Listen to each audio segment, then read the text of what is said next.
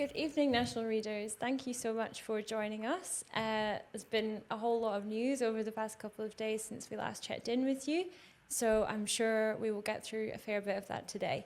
I am joined by our political reporter, Ron. Thanks for joining us. You're welcome. It's been big week of news, so really happy to be chatting about it all. Yes, and to be totally open with our subscribers, you've just been in here for an hour interviewing Kenny McCaskill, so you may as well keep up with the broadcasting vibe today. Yeah, absolutely. It was great to speak to Kenny. I just had to get a glass of water in your mouth. It does get very dry when you speak to people at length like that. I have noticed this. We are also joined virtually by our Westminster reporter, Hamish Morrison. Hello, Hamish. Hello, how's it going? Good, thank you. And you've had a very interesting morning, which we will get to later in Yes. the podcast. bit of light stalking, all in good fun. Yes, it will be a good anecdote for people to hear about, absolutely. So the big news today that everyone's talking about is that Andrew is no longer going to be a prince. The king is stripping him of that title. He's going to be Andrew Mountbatten Windsor. He's also going to lose his home, which is the Royal Lodge. Steph, you've been covering the royals extensively for us over the past few years. Is this too little, too late? I think it's a long overdue move. I think it's been something that's been hanging over the royal family's heads for a long time, and it seems like the king has just finally, it's reached the end of his tether with it.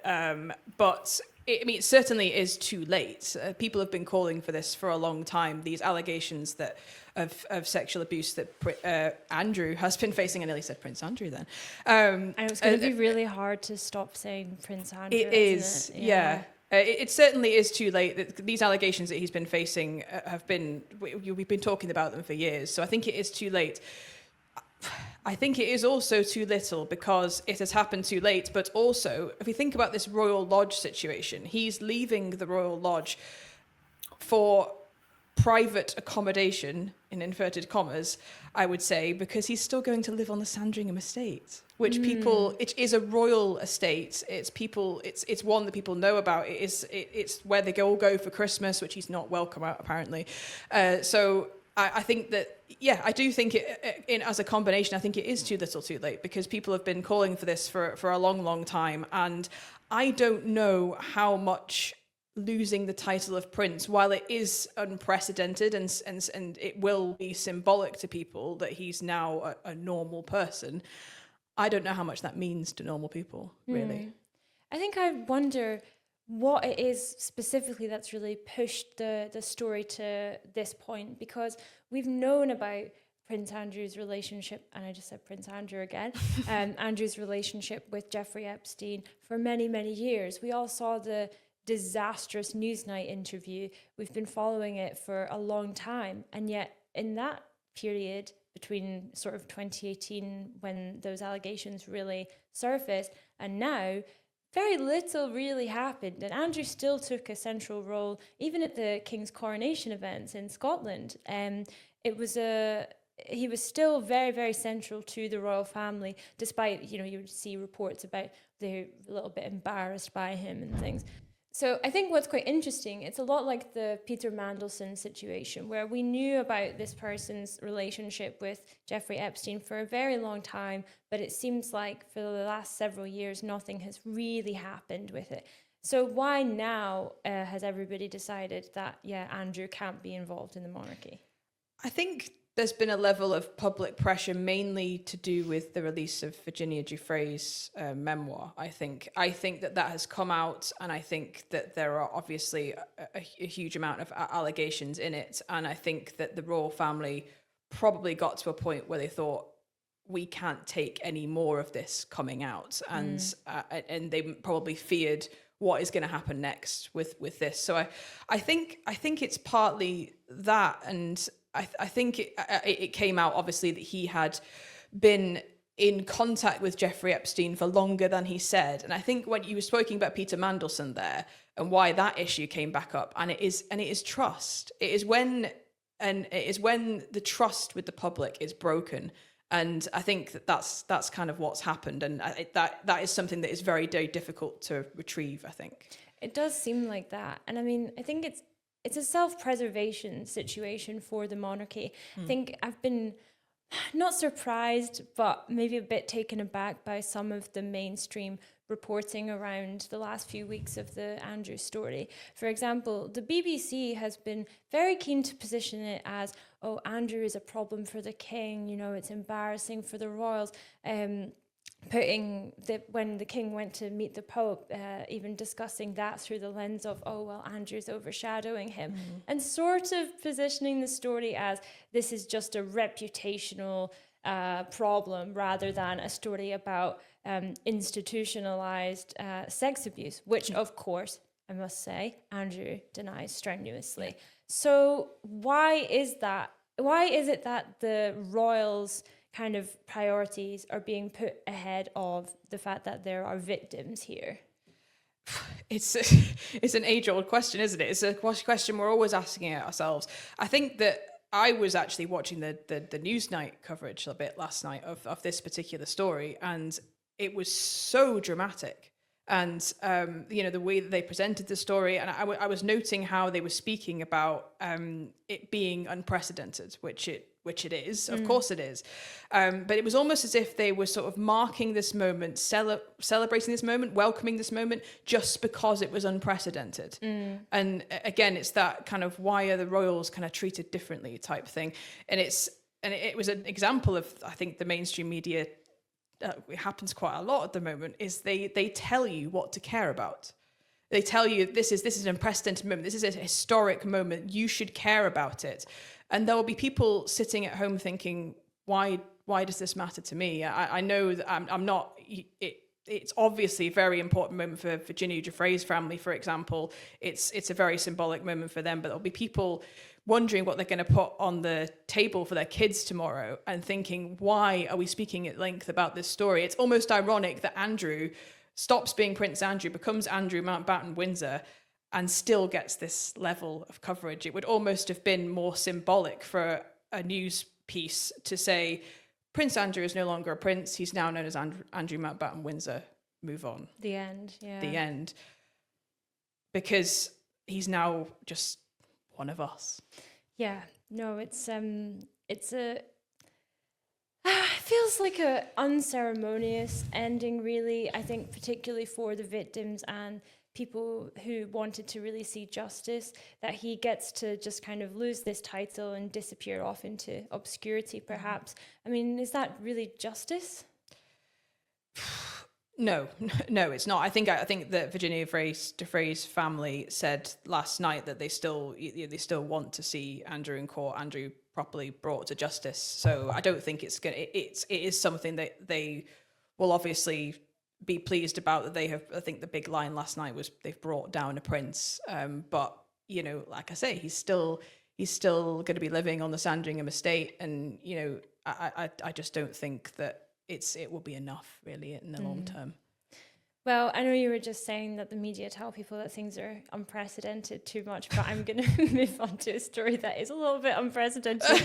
I wanted to talk about the latest Green polling. So Find Out Now yesterday put the Greens in second place for the first time. So with Reform in the lead, Greens in second, and Labour and Tories joint third behind the Greens. So that was 17% for the Greens for the first time.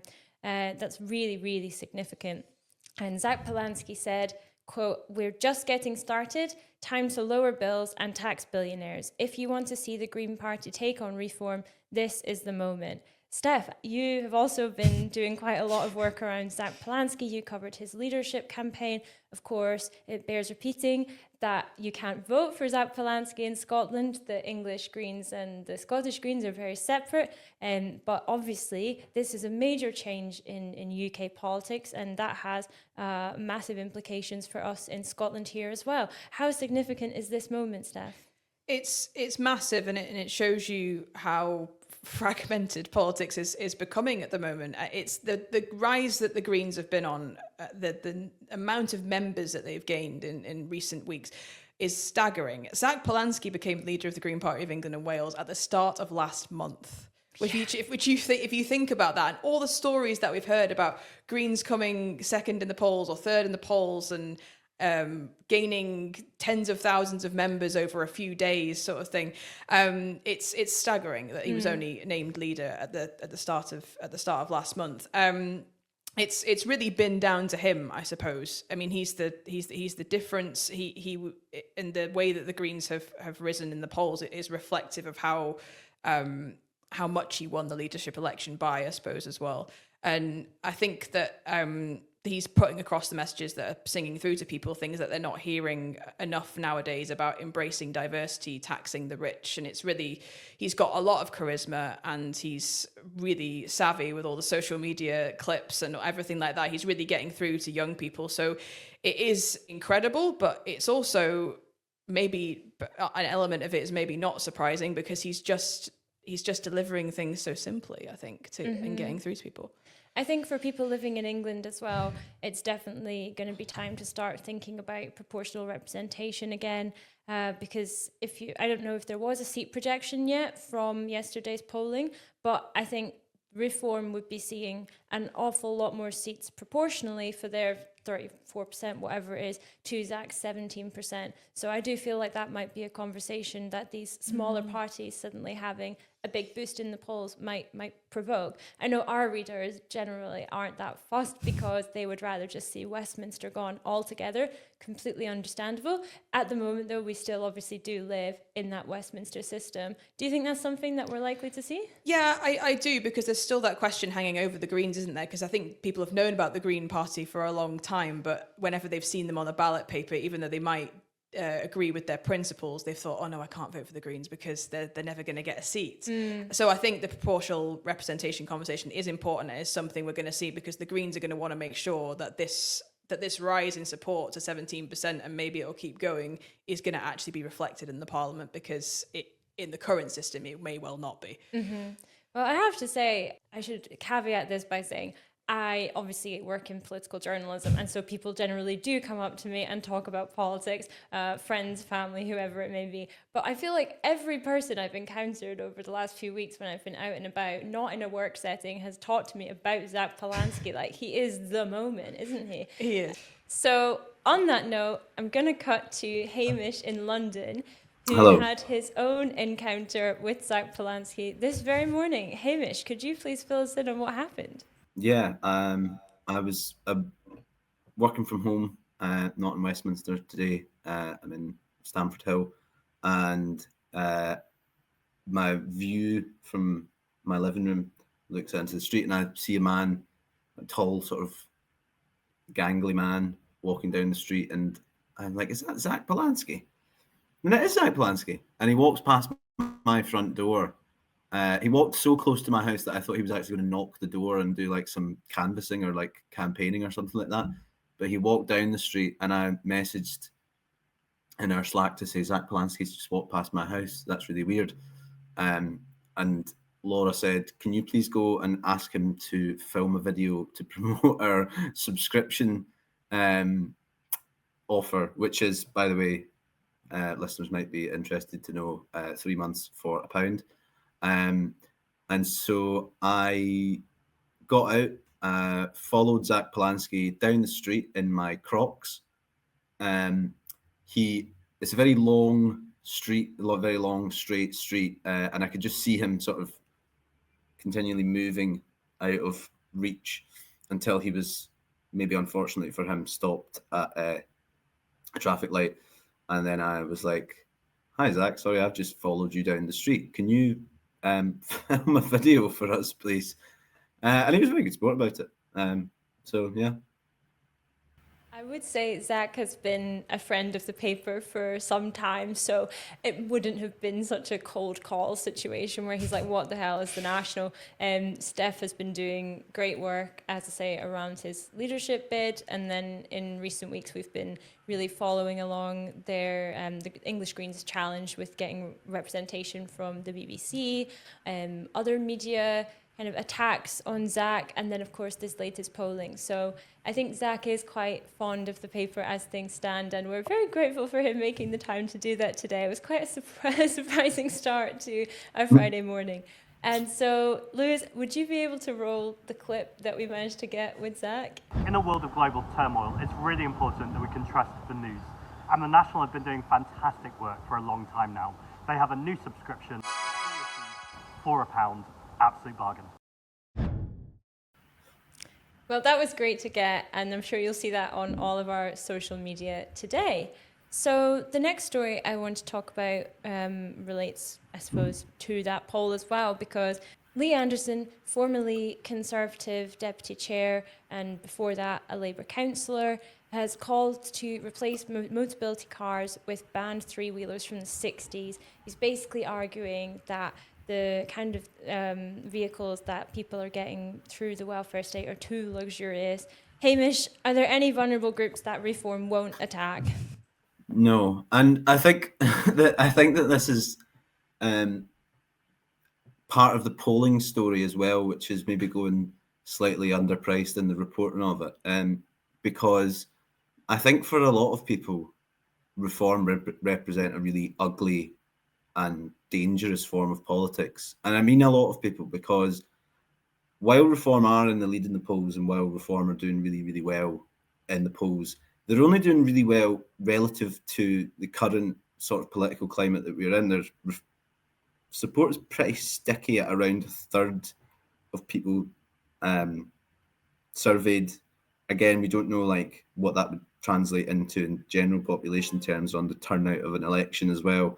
And I think we saw with the Caerphilly by-election that there is like quite a strong movement of people that will vote against them, and I think it's for reasons like this.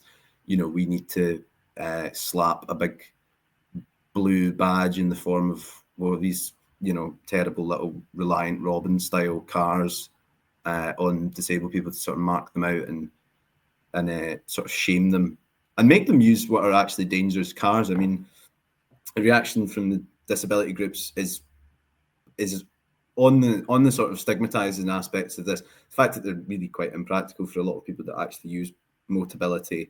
For instance, you know, like if you have a child with a wheelchair or something like that, then you're going to need a car that is wheelchair, you know, accessible, which clearly a one-man car that has three wheels and is like the size of a smart car isn't appropriate. But yeah, they're also really unsafe. I don't know if any of you have ever. I'm not trying to trivialize this, but I don't know if any of you have ever seen that episode of Top Gear where Jeremy Clarkson drives around in a Reliant Robin, and the recurring joke in it is that because it's on three wheels, it tips. You can't really get it around corners because the center of gravity and the design of it is flawed. They're really dangerous cars. It's a really stupid idea, and it's really sort of classic Lee Anderson, quite sort of venomous. I was reading about Lee Anderson actually before we came on, and one of the early highlights of his political career was that he was suspended from the Labour Party, or he was given a ticking off, I think, by his local Labour Party when he was a councillor in Nottinghamshire for using boulders to try and prevent travellers. To try and block travellers from accessing a site. I think that gives you quite a strong indication of his politics and his methods and his, you know, frame of mind.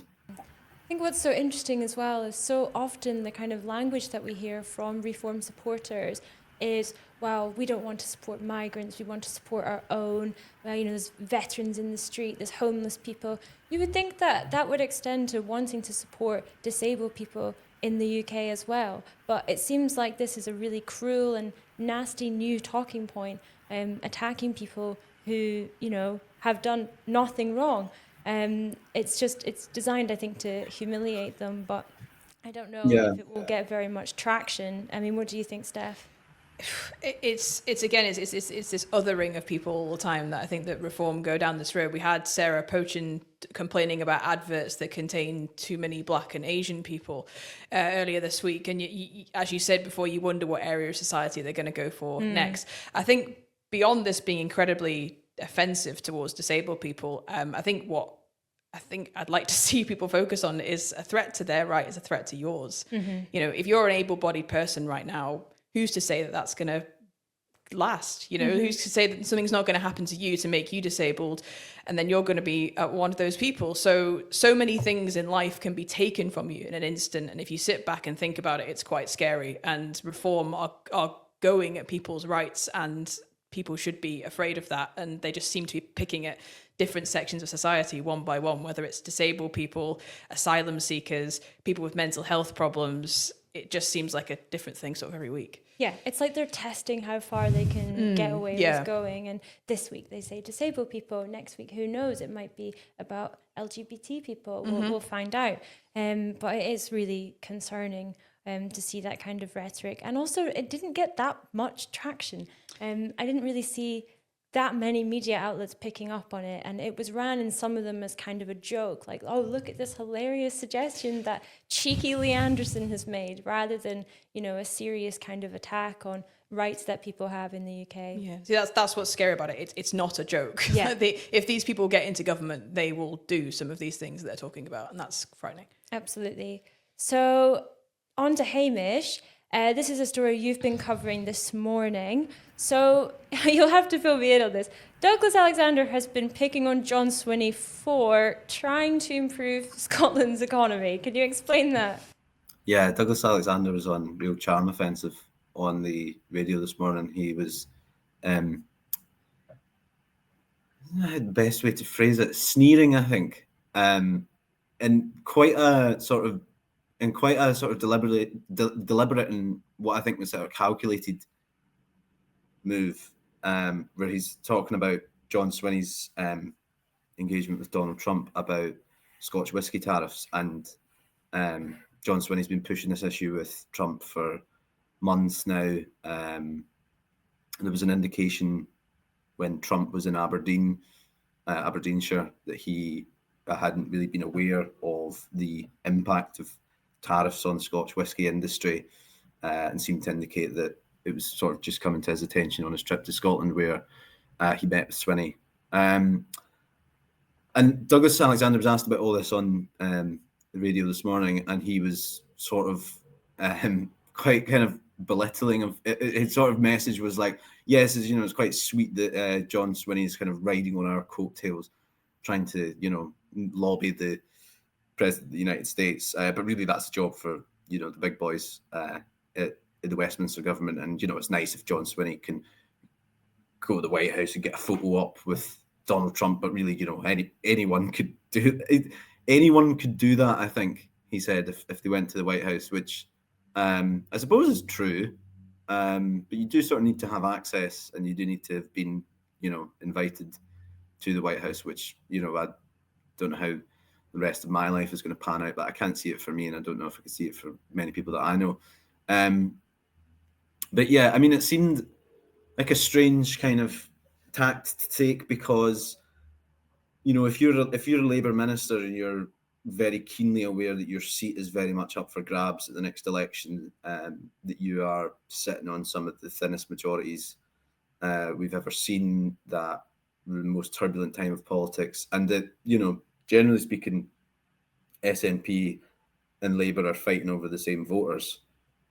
I don't see really how it helps your case by trying to belittle your opponents in this way. I think there's times when that's maybe an appropriate strategy, but I don't really see it, particularly when you're kind of trying to, in some ways, you know, say, you know, I'm a UK government minister, and it's wonderful that Scotland's in the union because we can all work together as like a family of nations, you know, and we're going to try and get Donald Trump to take the tariffs off Scotch whisky, and we're going to do it as a family of nations.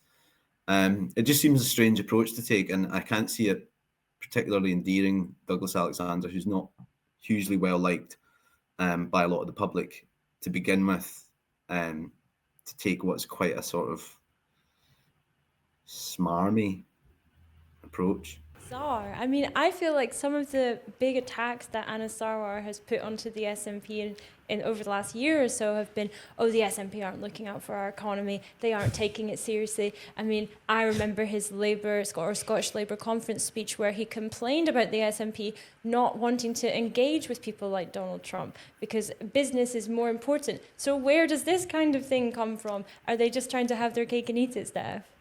Yeah, possibly. I think this is a classic case of the UK government not liking it when the Scottish government move into reserved matters. Obviously, the UK government have responsibility for international trade. My mind thought of the incident, I can't remember exactly when it was, but with James Cleverly, when he said that all meetings between SNP ministers and overseas governments must be organised through the UK government and attended by officials.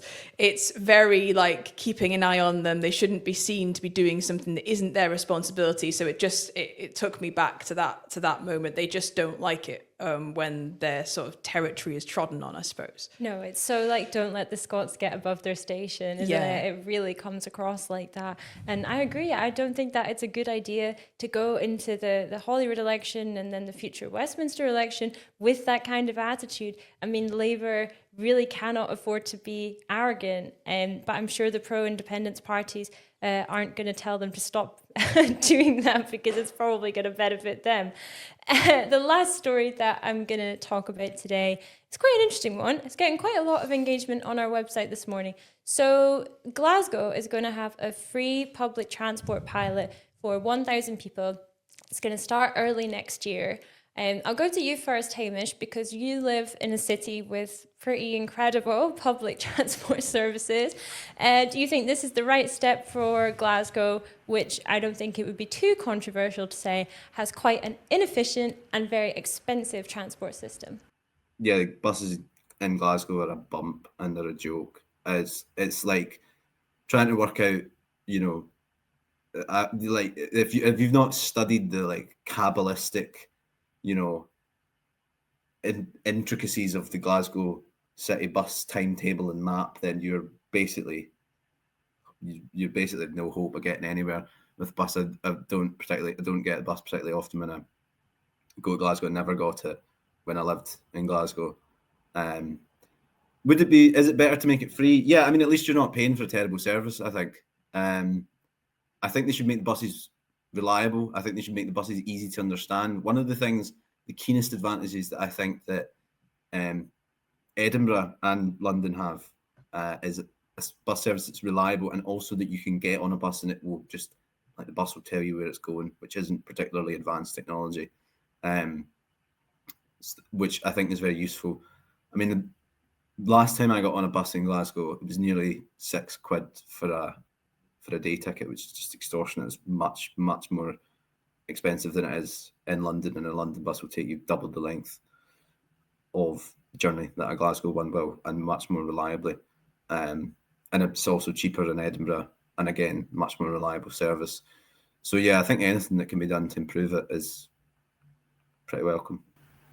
And the thing that connects Edinburgh and London buses as well is that they're publicly owned. Yes. TfL obviously operate the transport service there, and then Lothian Buses is also a publicly owned firm. So I don't know. There's been a lot of conversation over many, many years now about what Glasgow could do. So there's been chatter about, would it be possible to bring it into public ownership in a similar way to how Manchester fairly recently brought some of their transport into public ownership? Doesn't really seem to be like a major political priority. I mean, why do you think that is? I don't know, because it makes a lot of sense for free transport to be, transport, not just free transport, in general, to be integrated. I mean, in Manchester, you've got the buses and the trams sort of go together, the same situation in Edinburgh. So it goes over my head a little bit. I mean, I think this is a really good idea, because particularly for Glasgow, because for people that drive, I drive a car. I avoid driving in Glasgow because it is not a friendly city to drive in. I remember I was driving home from dropping off a colleague after I'd been driving from Aberdeen the other day, and I set my sat nav to go home and mistakenly didn't put it on the motorways that go around the outside of Glasgow, and it sent me through the city centre, and I was like, this is just so stressful when I've driven back from Aberdeen. But it's not a friendly city to drive in. So I think that this is a good plan for a city that is like Glasgow, that has just sort of motorways running through it and things like that. So in terms of the politics around it, it escapes me why it would not be something that people would tune into, to be honest. Well, the Scottish Greens, I think, they're quite big on it, certainly. And I mean, they're doing a big transport event today. And Abby Garton-Crosby, one of our political reporters, is out in Newborough in Fife, where the Greens are talking about bringing more rail services to areas like that. And also, we are planning, this is a side note, we are planning a special podcast later in the year all about the kind of long-lasting impacts of the beaching cuts, and looking at a map that we're creating of the kind of railway lines that could be reconnected across Scotland to really improve efficient public transport. So I'm quite excited about that. I think quite a lot of our staff are big public transport nerds, so I think that there'll be a lot of interest in that one. So you can look forward to that. But yeah, I just kind of wanted to reflect briefly on during COP26, when all of the delegates that came over were able to use all of the public transport services on a sort of integrated ticket in Glasgow. And anyone who's ever had to get a subway and then get onto a ScotRail train or get onto a bus and then take some other kind of public transport will know how frustrating that is, to know that that kind of technology is possible, but it's not being given to people who live here. I mean, Hamish, you obviously have a similar kind of system in London. You can basically use one ticket for everything. Why is Glasgow so far behind? I suppose the theory is that it's not an integrated system. So you've got Arriva running private contracts, or you've got First, or you've got McGill's, or you've got Stagecoach, or whoever it is, and then you've got the SPT, which manages the subway, and then you've got ScotRail, previously Abellio, previously First, running the train lines. And there was never a way. So they said there was never a way to integrate it, and then during COP, there just magically was. Glasgow's the only city that I've ever come across a problem of phantom buses as well, where you're waiting on a bus and it says it'll be due in 3 minutes and 2 minutes and 1 minute, and then it's due, and then 10 minutes, and then it just never shows up. The bus just disappears off the face of the earth. It's that. Same. It drives me crazy. I feel a bit gaslit when it happens.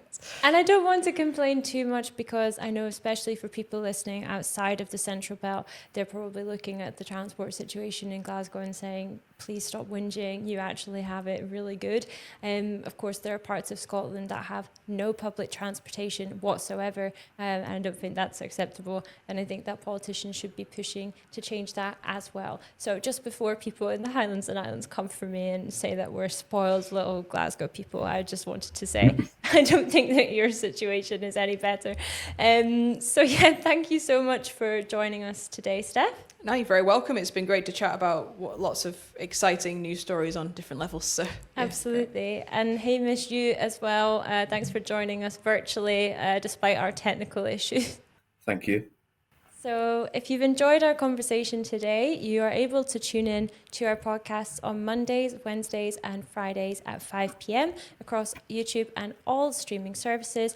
And if you like our work and you want to support us, you can do with a national subscription. So go to thenational.scot/subscribe and you can get a subscription for just £1 for 3 months. Zach Polanski says you should. So, not my word, his. Well, thank you, and we'll see you again next week.